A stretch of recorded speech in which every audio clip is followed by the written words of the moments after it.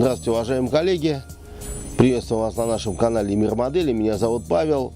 Для начала хочется поздравить вас всех с наступившим новым 2018 годом.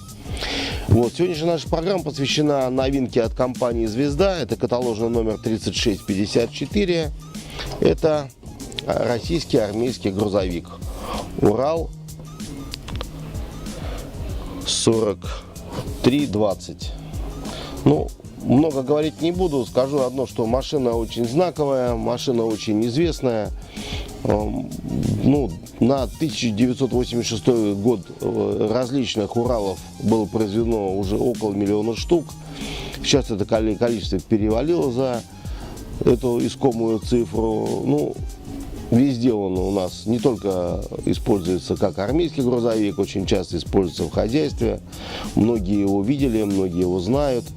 Очень узнаваемая модель. И компания «Звезда», развивая линейку в 35-м масштабе современной различной военной техники, выпускав до этого как машина «Тигр», так и танки Т-90, самоходный танк М100. Также продолжает нас радовать такими новинками. И в данный момент она нас порадовала выходом такой замечательной модели, которая является платформой для различных, вспомогательной платформой для различных других боевых машин. Самое известное — это, конечно, установка РСЗО «Град», также различные машины спецназначения, машины связи и так далее и тому подобное. Одно из самых — это буксировщик, конечно, артиллерийских орудий. Я думаю, что все об этом хорошо знают. Единственным конкурентом у этого Урала является только единственная машина, которую выпускал, по-моему, это выпускала фирма Тромпетер. Тоже в 35-м масштабе, но мне кажется, там немножко была чуть-чуть другая модификация. А теперь мы традиционно заглянем в коробку. Такая хорошо оформленная коробка в традиционной последней расцветке компании «Звезда». Это была лицевая, тыльная часть коробки, естественно, собранная модель непосредственно сборщиком компании «Звезда». И здесь небольшая краткая характеристика, количество деталей, размер собранной модели. Также известно, написан факт о том, когда в 2005 году во время наводнения в Нью-Орлеане именно Уралы оказались самыми приспособленными машинами на американском континенте, потому что они входили в состав спасательных сил Мексики. Они были пригнаны туда, в Новый Орлеан. Единственная машина, которые могли ездить по затопленному городу, это были именно Уралы. Традиционно, заглядывая в коробку, мы находим первым делом инструкция. Инструкция, она у них в последнее время, они ее со скрепками, то есть это в виде книжицы. Два варианта сборки, то есть можно открыть моторный отсек, открыть кабину, то есть машину в полной мере можно поставить на диораму. Можно использовать известный набор «Вежливые люди» от «Звезды», и поставить рядом собранного «Тигра», и все это будет очень-очень в тему, и будет все очень гармонично смотреться в одном месте, потому что все является, в принципе, предметами одной эпохи. Опять же, обращаю ваше внимание при покупке модели, как я уже говорил неоднократно для наших журналистов, что здесь можно проверить комплектность модели. Как правило, все запечатано в полиэтиленовых пакетиках. Здесь элементы сборки я здесь останавливаться не буду. Таким образом, здесь все понятно. И здесь варианты, два варианта окраски. Естественно, сейчас какие-нибудь варианты появятся новые. Машину можно будет раскрашивать. И, конечно же, ждем в дальнейшем других немного вариантов этого же, на базе этого же грузовика. Я думаю, что, скорее всего, наверное, это будет все-таки «Град». Приступим к обзору литников.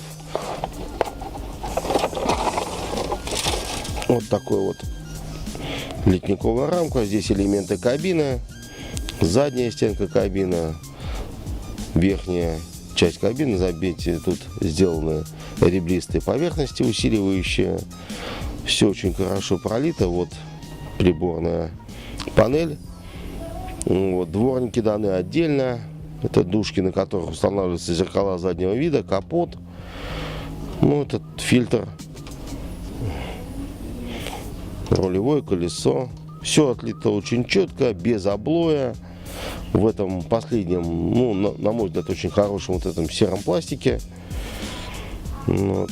Ну, здесь вот сымитированы как знаки автопоезда 3 огонька. Их можно будет покрасить в оранжевый цвет, ну, либо использовать продукцию компании Эльф, поставить красненькие, ну, там оранжевых нету, красненькие огоньки.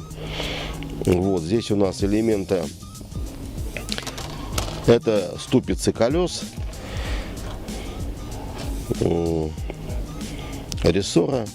Все очень четко пролито, очень все фактурно, поэтому, конечно, любители красить и еще потом покрывать все это пигментами, смывками, выделение расшивки, конечно, здесь на этой модели, я думаю, что отведут душу полностью, потому что все сделано замечательно.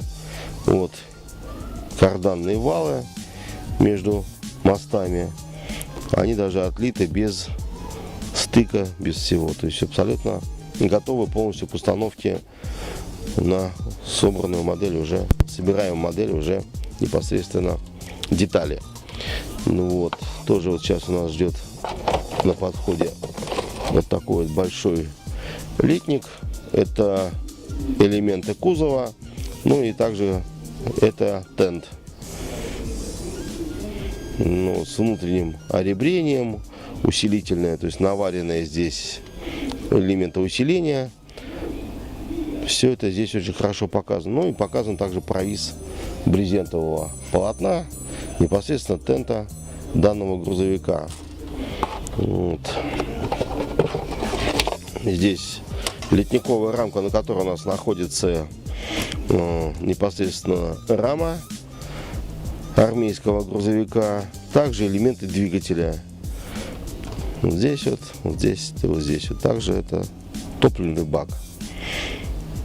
Все очень аккуратно, четко видно горловины баков, усилительные пластины, крепежные элементы, даже усилительные элементы двигателя, то, что усиливается при литье непосредственно картера самого двигателя. Двигатель у нас, насколько я помню, это у нас Ярославский моторный завод. Вот в таком виде вот дается, поскольку колесная формула 6х6. Вот такие вот колеса, тоже такой вот резиноподобный материал, в принципе, с хорошо читаемым протектором.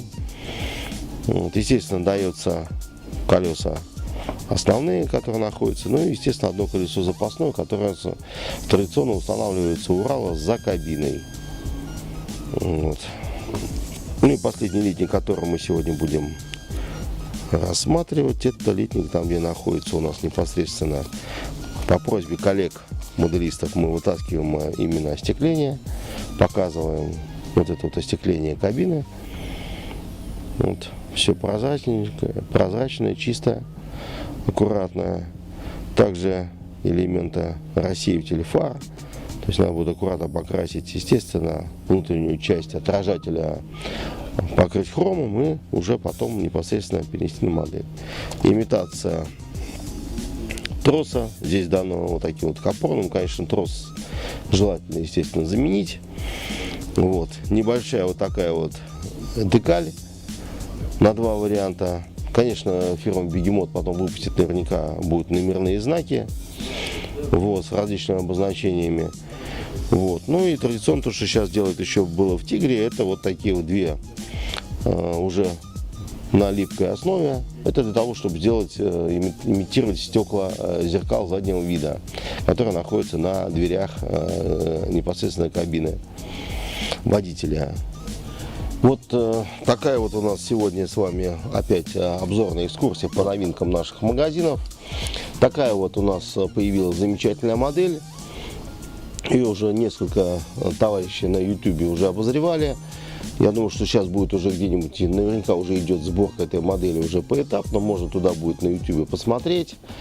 Вот, что хотелось бы сказать, ну, опять же, большое спасибо компании «Звезда» за то, что они радуют нас новыми моделями. Ну, остается только пожелать им удачи в разработке новых моделей, чтобы они это дело хорошее не заканчивали, потому что на базе знаменитого вот этого Урала можно собрать большое количество вспомогательных машин, такие как РСЗО «Град». Ну, я сам, как в свое время был служащим еще советской армии, служил я в войсках связи. Если бы появилась бы, допустим, какая-нибудь аппаратная, ну, спутниковой связи, допустим, на базе Урала, я сам как авиационщик, не собираю модели в 35-м масштабе, вот, я бы такую модель обязательно для своей коллекции личной собрал бы и поставил бы обязательно эту машину на полку как память. Вот, ну а так хочется сказать, поздравить вас и нас с тем, что появилась такая замечательная модель. Спасибо компании «Звезда». Ну а мы, наши почитатели, наши покупатели, ждем в наших магазинах. Приходите к нам, приобретайте модели. Мы будем этому очень-очень сильно рады. До новых встреч. Это был Павел. Мир моделей. Всего хорошего.